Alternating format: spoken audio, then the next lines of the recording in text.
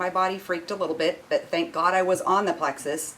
My last prescription I'm on, we've been cutting it down slowly, but I'm kind of keeping it where it is right now to keep my body stabilized. Acid reflux is much better. Allergy, I'm only doing half the doses that I have been for years. Cravings, sugar cravings, carbs, you know, pretty much everything else that everybody else has said. But a couple side notes because it's quick.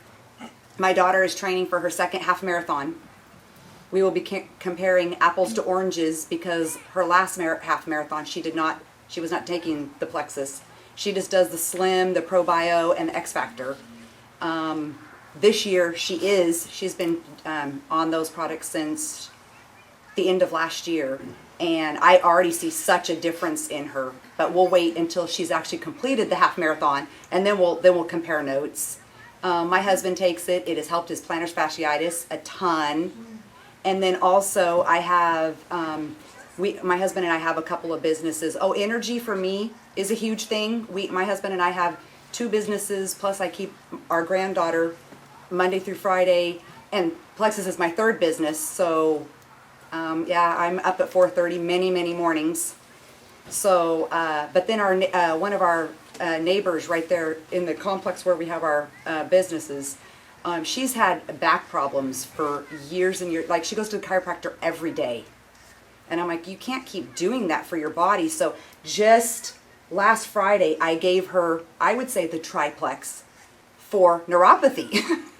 And within a couple of days, she said it was amazing what it had done for her. So I will keep everybody posted because it will be a huge testimony, and I'll try to get her to come because she has been in severe pain for years, and it's only been not even a week. Tomorrow will be a week. Wow. So I will keep everybody posted on that too.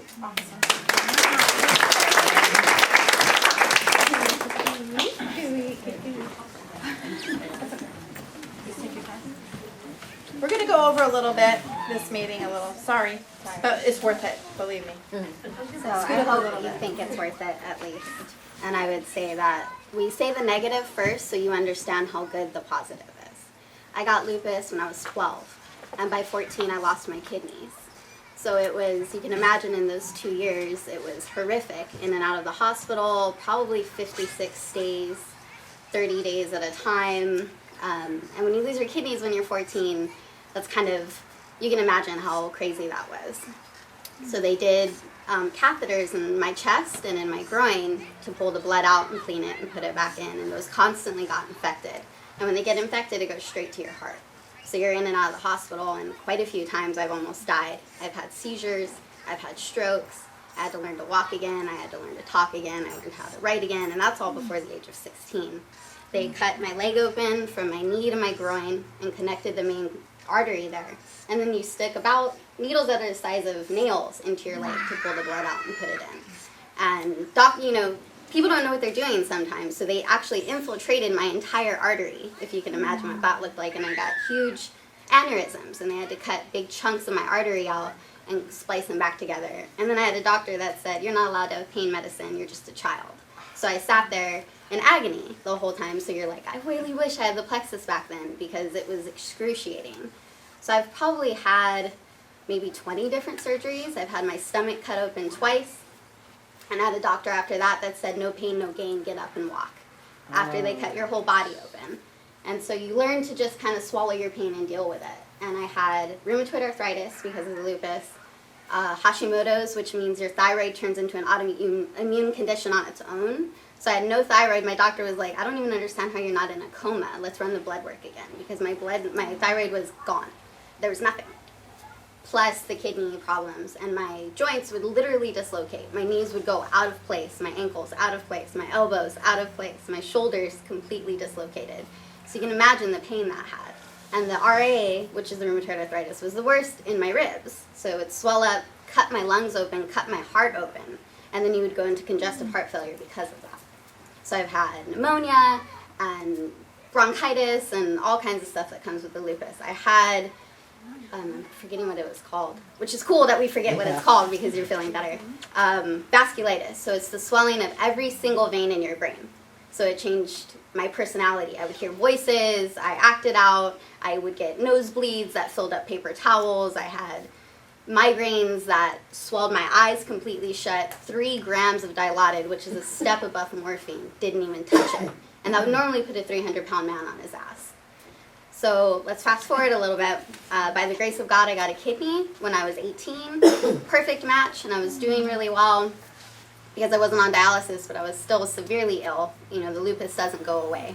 And I took the Plexus because my mommy told me to, and I tell people that because when you're that sick, okay, Mom, I'll do whatever you want. And within 3 days, I was walking without my joints dislocating. And I went for a run, and I was just elated. I was sleeping. My thyroid was working well. Everything was great. Life was going well. And my story kind of changes a little bit because my kidney transplant ended up failing. And that was just this past October. And that happens because I was 10 years old and it was a cadaver kidney. And the doctors decided to put me through 11 days straight of chemotherapy. 8-hour infusions, and the first 2 days were 48 hours straight of 2 different kinds.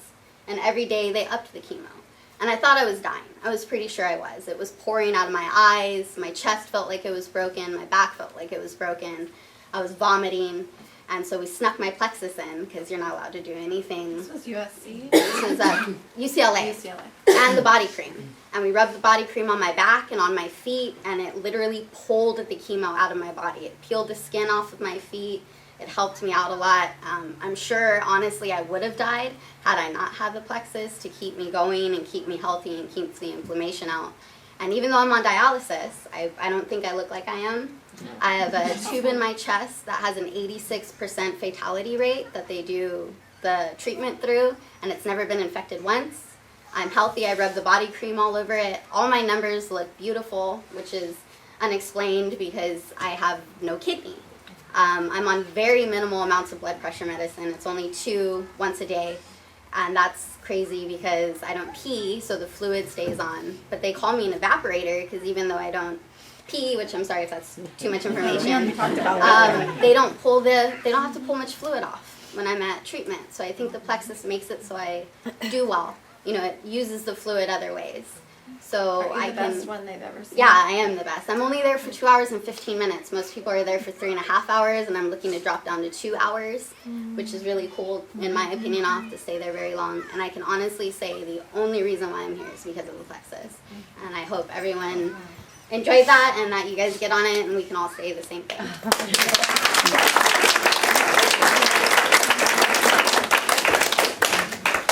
Call that. You have a hangnail? That's incredible. I know. So my name's Leo Scholes, and that was a great story. I mean, I've lost my train of thought, but I am a recovering drug addict at this point. I started using cocaine when I was 14 years old. There were circumstances, so whatever, just not really important. The point is I used for 35 years. I started using methamphetamine when I was 40 years old. I'm 51 now. The meth got me off coke, so I was, went from one drug to another. But to keep it kind of summarized, I've been to treatment centers, I've been in programs, I've been a member of AA and NA and CA and Celebrate Recovery and inpatient and outpatient and counseling, and really did a lot of different avenues to try to stay clean. I could always get clean. I had no problem. I'd come out of treatment, feel great, on fire, I'm going to do this, let's do this, because you get to rest and you get to, go to little meetings and they feed you well and, there's a lot of hugs and all that. But really the issue of the drugs being in my system, and it's just like, for example, heavy metals. If you have heavy metals in your system, they stay in your system until you can do some type of a cleanse. Dr. Scholes has some. There's different cleanses for that. Well, when you're cleaning the yeast overgrowth, it's similar. And I've just today kind of had a revelation on it, and I was just thinking about anything you do every day, like go to Starbucks, not because you want it, just because it becomes a routine. It's a habit, and you may be addicted to it, or you may not. You may need it, you may not. But with the drugs, were kind of in that same thing for me. I would go on a kind of an autopilot because something would trigger me to want to use. It wasn't because I was enjoying it, or it wasn't because